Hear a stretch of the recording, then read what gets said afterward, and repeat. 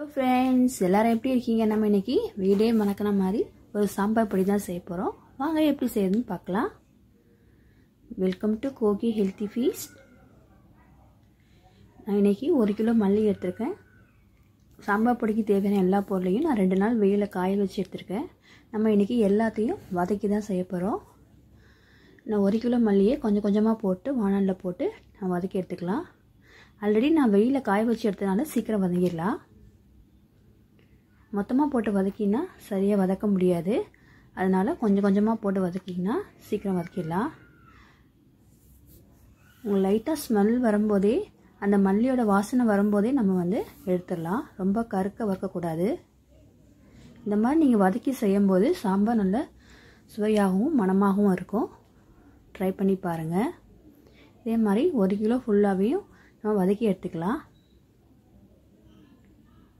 அப்புறம் துவரம்பருப்பு ஒரு 100 கிராம் அதையும் போட்டு வதக்கிக்கலாம். எல்லாத்தையும் நம்ம மீடியம் ஃப்ளேமில் இல்லைனா லோ ஃப்ளேமில் வச்சு தான் வதக்கணும். கொஞ்சம் லைட்டாக வறுபட்டுச்சுன்னா கொஞ்சம் மீடியம் ஃப்ளேமில் வச்சுக்கலாம். ரொம்ப சிவக்க வறுக்கக்கூடாது. லைட்டாக கலர் சேஞ்ச் ஆன உடனே நம்ம எடுத்துடலாம். இந்த துவரம்பருப்போட வாசனை வரும்போதே நம்ம எடுத்துடலாம்.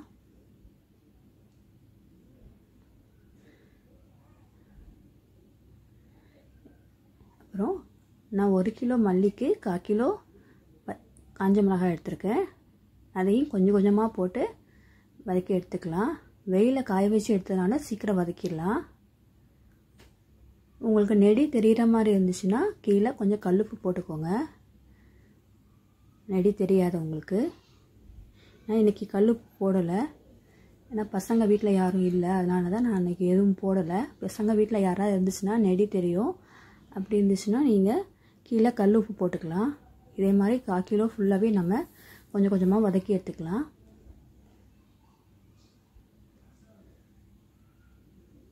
ஆல்ரெடி நம்ம வெயிலில் காய வச்சு எடுத்தனால சீக்கிரம் வதக்கிடலாம்.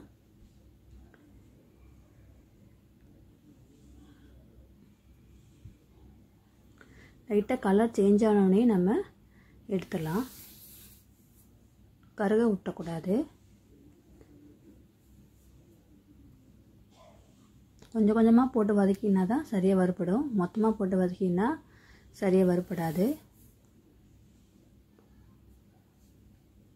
அப்புறம் வெந்தயம் 50 கிராம் ஆட் பண்ணிக்கிறேன். அதையும் கொஞ்சம் மீடியம் ஃப்ளேம்லேயே வச்சு வதக்கிக்கலாம். லைட்டாக கலர் சேஞ்ச் ஆனோடனே வெந்தயோட வாசனை வரும் உங்களுக்கு.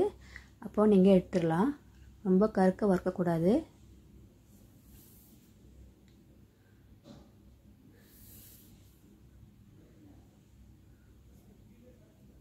இதுக்கப்புறம் மிளகு 50 கிராம் ஆட் பண்ணிக்கிறேன். இந்த மிளகாய் காரமாக இருக்கும், அதனால தான் நான் 1/4 கிலோ ஆட் பண்ணிக்கிறேன். நீங்கள் வேணும்னா கூட கூட ஆட் பண்ணிக்கலாம். அப்புறம் சீரகம் 50 ஆட் பண்ணிக்கிறேன்.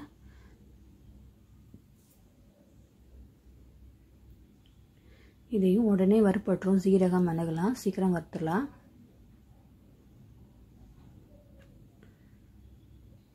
லைட்டாக கலர் சேஞ்ச் ஆனாலே நம்ம எடுத்துடலாம்.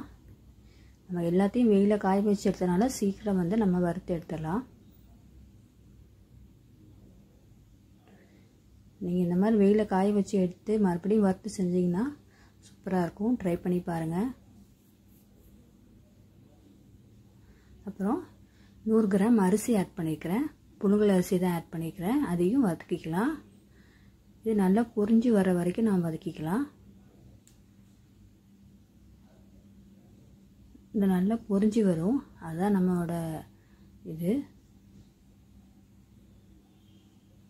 நல்லா பொரிஞ்சு வந்தோடனே நம்ம இதை எடுத்துடலாம். எல்லாத்தையும் ஒரு தட்டில் போட்டு ஆற வச்சுக்கோங்க.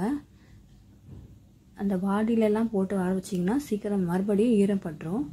அதனால் நல்லா நம்ம ஒரு பெரிய தட்டில் ஆற வச்சிடலாம். அப்புறம் மஞ்சள் ஒரு 50 கிராம் ஆட் பண்ணிக்கிறேன். இது ரொம்ப வதக்க வேண்டாம், லைட்டாக சூடு பண்ணாலே போதும்.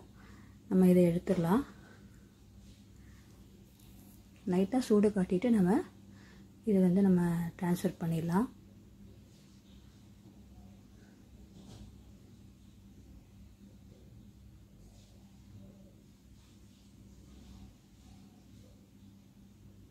அப்புறம் கருவேப்பிலை நல்லா காய வச்சது அதையும் கொஞ்சம் 2 கைப்பிடி அளவு ஆட் பண்ணி இதையும் லைட்டாக வதக்கிட்டு நம்ம இது கூட ஆட் பண்ணிக்கலாம். எல்லா பொருளையும் நம்ம அந்த பெரிய தட்டில் ஆற வச்சு அப்புறம் ஒரு பக்கெட்டில் போட்டுக்கலாம்.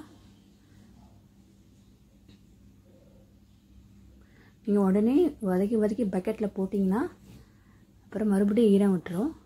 அப்புறம் நான் இதை ரைஸ் மில்லில் போட்டு நம்ம அரைச்சி கொண்டு வந்துடலாம்.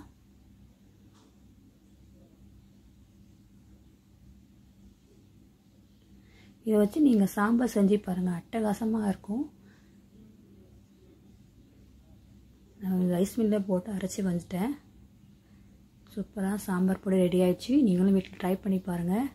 இந்த வீடியோ உங்களுக்கு பிடிச்சிருந்தா ஃப்ரெண்ட்ஸுக்கெல்லாம் ஷேர் பண்ணுங்கள், சப்ஸ்கிரைப் பண்ணுங்கள். Bye friends.